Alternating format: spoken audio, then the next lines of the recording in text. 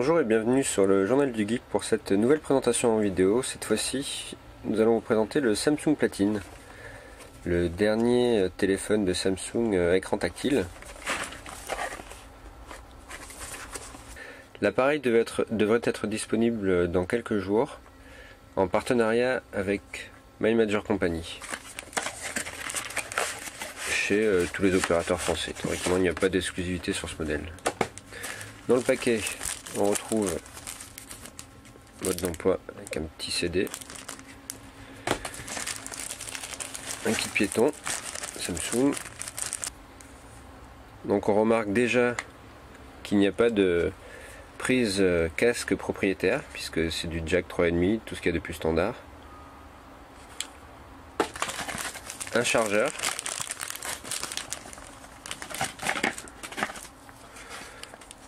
Là par contre on a un USB propriétaire, un câble USB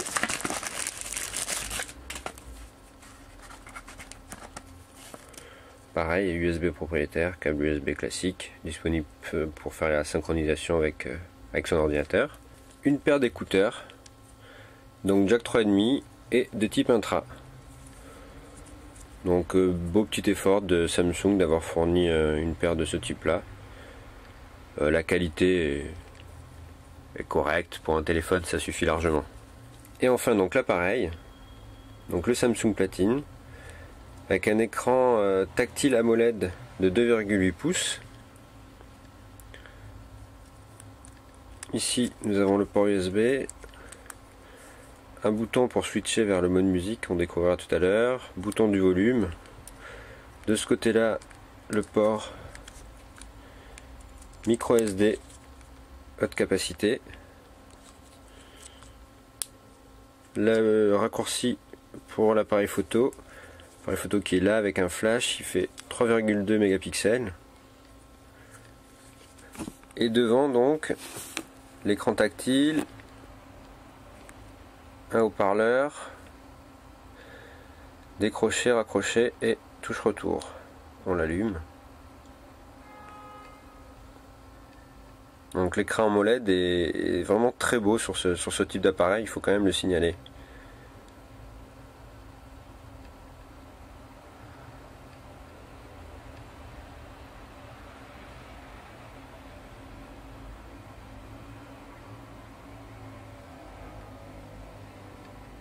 Donc l'appareil est 3G comme vous pouvez le voir. Il embarque également un GPS, le Bluetooth,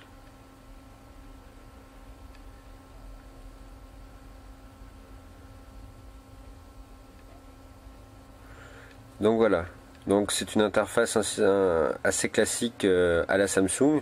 Il n'y a pas d'OS spécifique, c'est ce qui est développé par Samsung qu'on retrouve sur la majeure partie de leur téléphone. On retrouve donc l'interface tactile avec plusieurs widgets.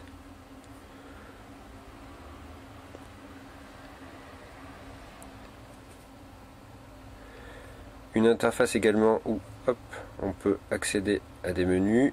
Ici donc c'est des raccourcis pour les contacts, et de l'autre côté c'est la partie menu classique avec toutes les icônes, donc message, organizer, appareil photo, internet, Google, musique, enfin beaucoup de fonctionnalités. Il y a par exemple un tuner FM RDS également.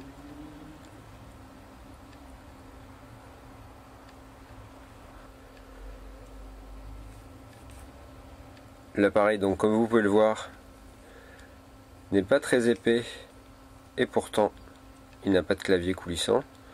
Donc on a un clavier virtuel qui répond vraiment bien pour un appareil de ce type là. L'écran tactile répond bien d'ailleurs, enfin il n'y a pas trop de ralentissement. Il embarque la fonctionnalité touch whiz qui est une sorte de retour de force. En fait quand on clique, on a une petite vibration qui permet en grosso modo de valider l'action qu'on vient de faire.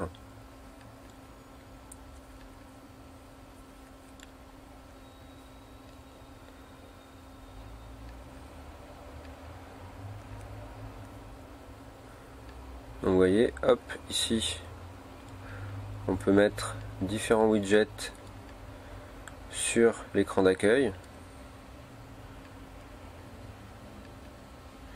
Il est possible d'en mettre autant qu'on veut, mais sur un écran de 2,8 pouces, c'est vite complet.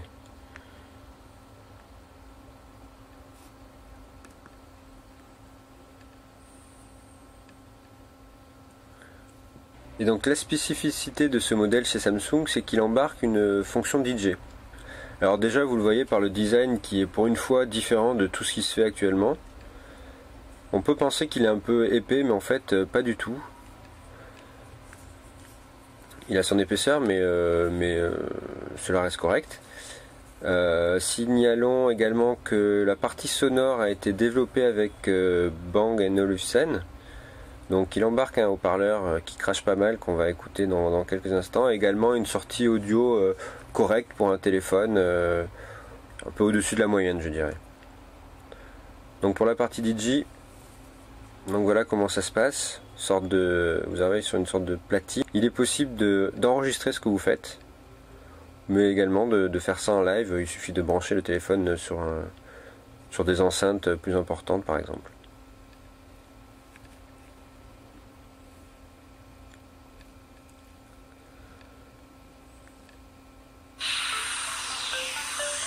Donc voilà.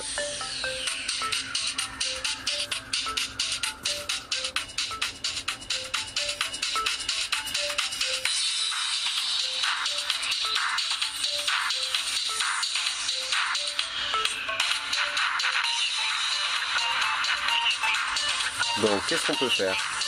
On peut intégrer des samples. Une vingtaine de samples sont disponibles.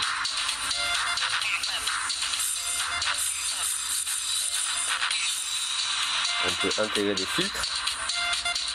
Une dizaine sont disponibles.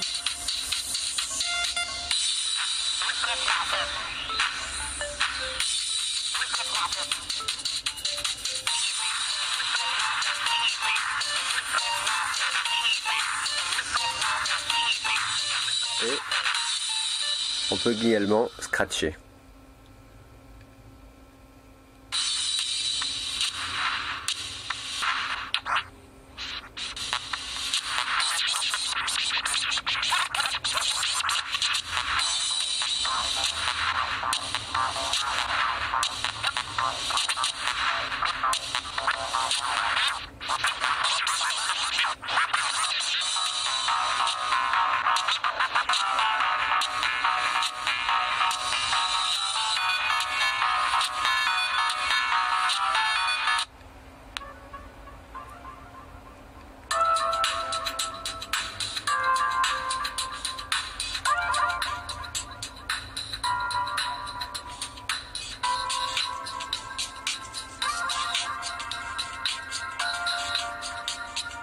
Donc comme vous pouvez le voir, il est possible de mettre deux filtres à la fois.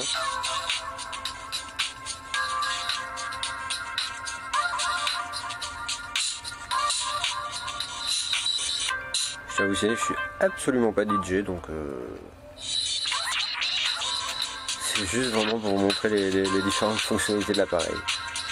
Et je tiens aussi à signaler que ce type d'appareil dans le métro, ça va être insupportable. Mais bon, surtout que le haut-parleur crache pas mal du tout.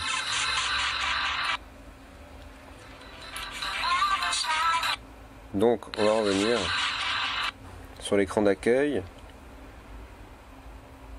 Je vais vous montrer aussi la partie musique et vidéo.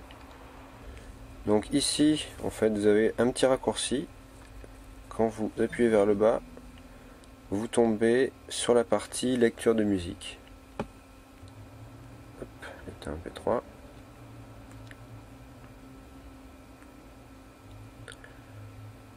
Donc, pour sélectionner les albums, ça se passe par là.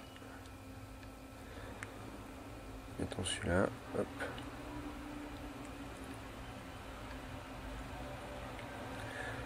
Comme vous pouvez le voir, l'affichage des pochettes d'albums est possible.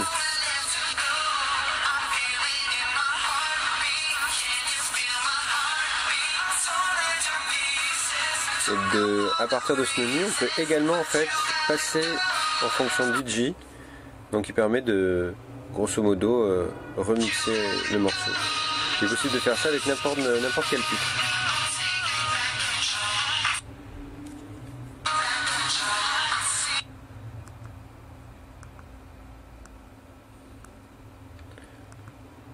Comme vous pouvez le voir, il y a également une reconnaissance audio, un peu comme Shazam sur iPhone.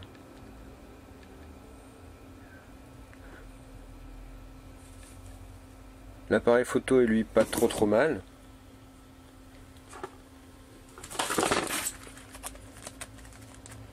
C'est du 3 mégapixels, c'est pour ce type d'appareil, c'est un standard maintenant. Et la partie vidéo,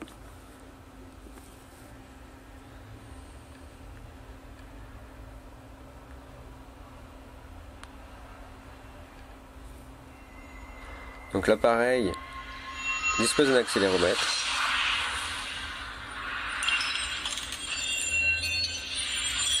Et est normalement compatible DivX, mais vous devrez quand même réencoder vos vidéos pour pouvoir les lire.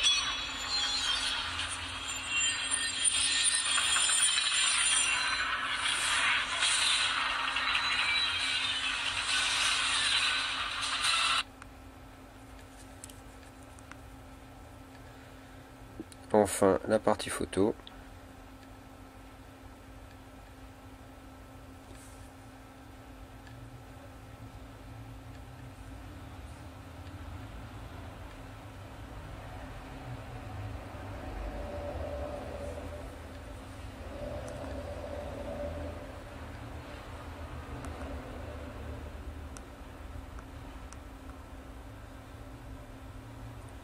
Je pense qu'on a fait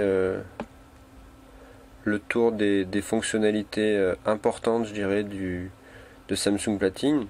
Bon, bien évidemment, comme vous pouvez le voir, il est 3G, donc si vous avez un abonnement qui va bien, vous pouvez naviguer sur internet, profiter des widgets des partenaires comme l'équipe, Mappy, Allociné, Facebook, YouTube et bien d'autres.